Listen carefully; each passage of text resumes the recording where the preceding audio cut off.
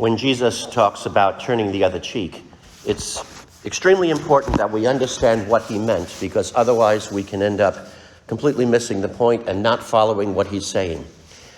He tells us to turn the other cheek, but not to be a doormat. He doesn't mean let people walk all over you, take advantage of you, and, when somebody's doing something wrong, well, just forget about it, whatever. It's not at all what he's saying. In fact, he's saying something quite the opposite of that. He's talking about a very bold approach to people who mistreat us, who do what's wrong, and an approach that would stop them in their tracks and totally make people look differently. So very literally, he says, if someone strikes you on one cheek, turn and offer him the other. He means this. So if somebody hits you on one cheek, you say, okay, now that you've hit me there, you want to hit me on this one? And you see how it very easily diffuses all the anger of the other person. Somebody who showed that to us beautifully was Mother Teresa. As the whole world, most of the world, was absolutely enraptured by all that she did. I mean, she won a Nobel Peace Prize, and the world was pleased and honored by everything. And she had her critics, of course, as any good person will have. But the esteem that the world gave her was not always the case in India, especially among the Hindus living in India, because they believed in reincarnation, and they thought that if somebody was poor or somebody was ill, they were being punished by the gods for illness or for evil in a previous lifetime. So that's why they came back in that case, in that situation. And the lowest of the low are what they called in the case system the untouchables. And so these were the people that were not receiving help from anyone, because the Hindus believed in that if you helped them, you were thwarting the very action of the gods to punish them. And so you were standing in the way of the justice of the gods. So therefore they justified themselves in doing absolutely nothing for the poor. Of course, Mother Teresa, as a Christian, did not ascribe to that, and so she instead went and showed them Christian charity and took care of them. And that upset some of the Hindus in India. And one day, she had a very young child who was among the untouchables, and she went into a bakery, and she went up to the man behind the counter, who happened to be chewing on some bread at the time, and she asked him if he could spare a gift of bread for her and for the child. And the man immediately spit the entire contents of his mouth all over Mother Teresa. And without batting an eyelash, she said, "Thank you for that gift from me. Now how about something for the child?" That's turning the other cheek. And see what happened there. She completely diffused the situation. What could the man say after that? If he was a man of no integrity whatsoever, well, at least she silenced him. And if he was a man who had any goodness and honor in his heart, he might have thought to himself, that reaction of mine was uncalled for. And maybe he would have thought differently, perhaps even apologized and given her the bread. We don't know how the man responded to that.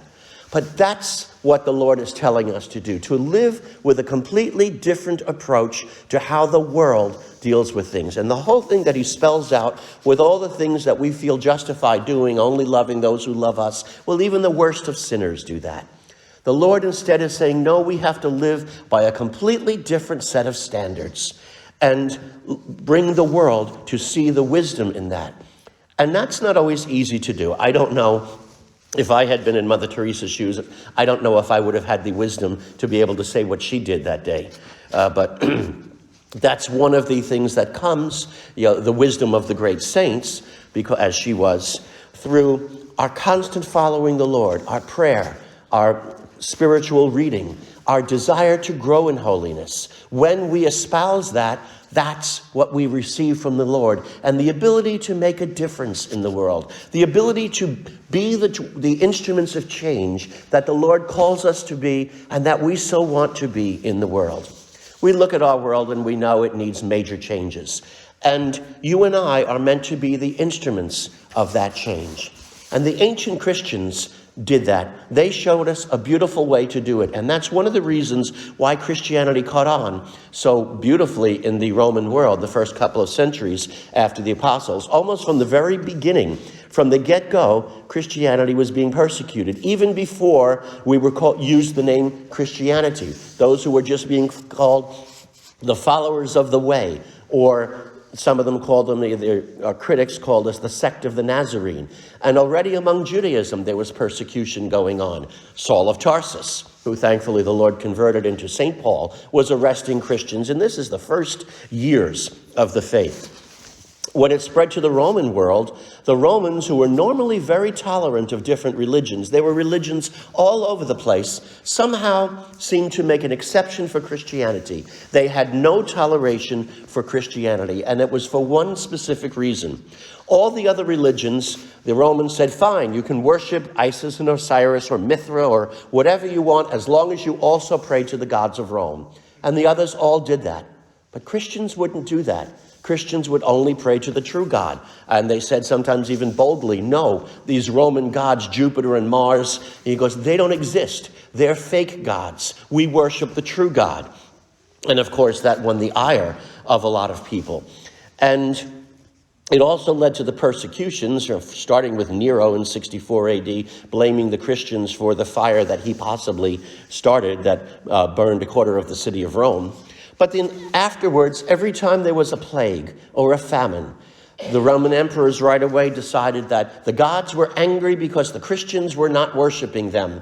And so therefore they would call for a persecution of Christians. And the saying became, if the Tiber doesn't reach the walls, if the Nile overfloods, if there's a famine, if there's an earthquake, the cry is the same, the Christian to the lions. And so from the earliest days, we were persecuted terribly. And the Roman Empire used all of its energy to try to destroy this faith. Yet we know that not only did it fail to destroy Christianity, but ultimately even embrace Christianity as its official religion. What happened to make that take place?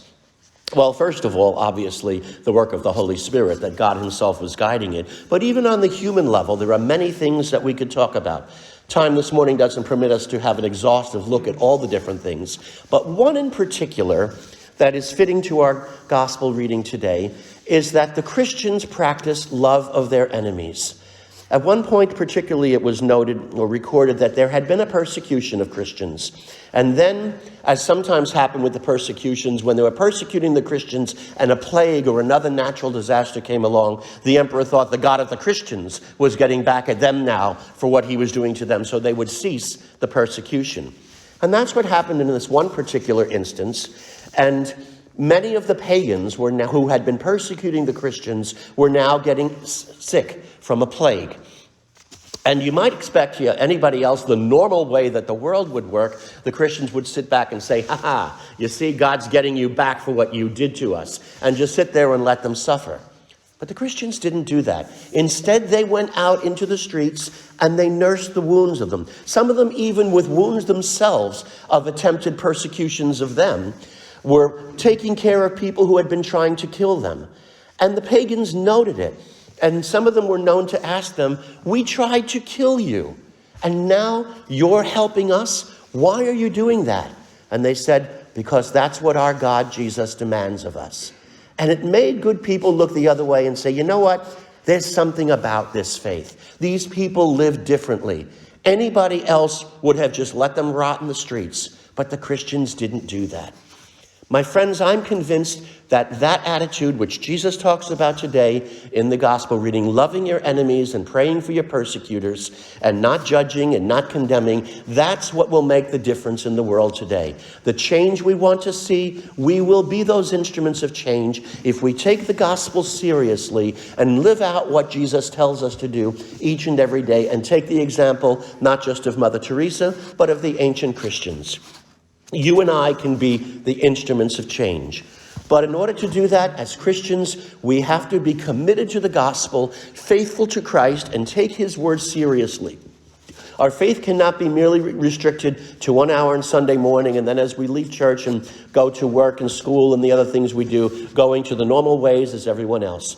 People should be able to see in us a difference. They should be looking at us and saying, that person acts differently. What is it about him? What is it about her that they don't treat people the way everyone else does? And they should be able to tell right away, or if they ask us, well, it's because I'm a Christian and I do what Christ tells me to do.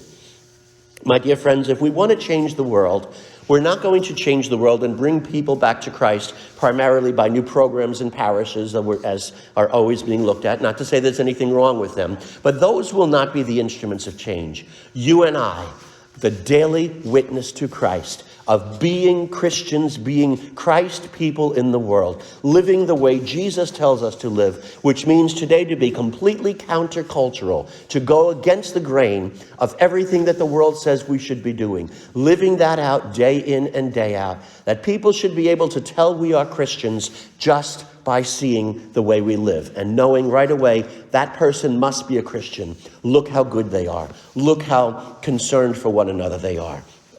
There's an old bumper sticker I once saw that I have never forgotten. It said, "Today, if you stood trial for being a Christian, would there be enough evidence to convict you?"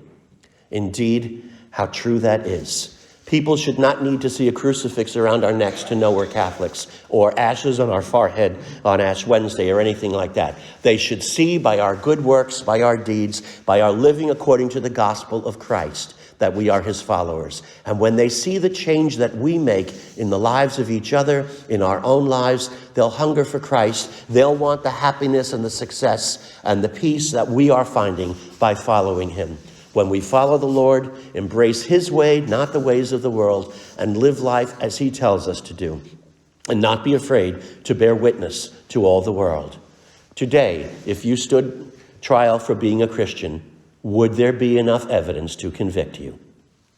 May Jesus Christ be praised, now and forever.